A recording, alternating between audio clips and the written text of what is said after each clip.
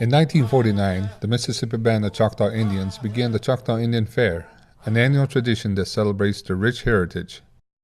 Since its conception, it stands as a festival which draws all Choctaw communities to come together and share with others their song and dance, their ancestral games, their past and present accomplishments as a tribe.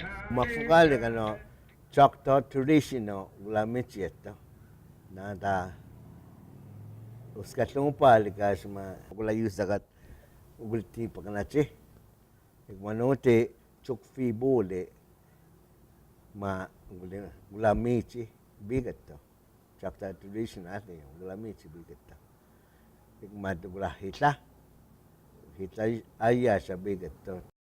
In the years following, additional features were incorporated into the Choctaw Fair, but still maintaining its cultural identity. In the 1950s, the fair added a princess pageant, and towards the 1960s, small carnival rides came on the scene. Traditional activities and games continued to be showcased before large crowds of Choctaws and visitors. During this time, stickball games were played daily. Ball players wore hand-stitched uniforms and at times horsetails to signify the speed of a ball player. Soba hasimbes yumi takali yumi fokaleta wantama yumi hos tuli leta. Iglana ikirit washola the sapat ki had ko hekma yumugama chikma hasimbes ya kugat cook kanesta kumaya I live bigata.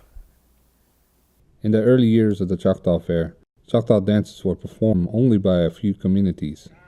Choctaw social dancing and songs received resurgence in the late 1960s and remain vibrant today. The Choctaw Fair has been a showplace for Choctaw traditional arts and crafts. Many Choctaw artisans, such as the late Isby Gibson and Zula Chido, would meticulously demonstrate their skill in basketry. The Choctaw Indian Fair can be called a gathering of a people, a homecoming for some, and for many, it is a time for Choctaw traditions to be celebrated.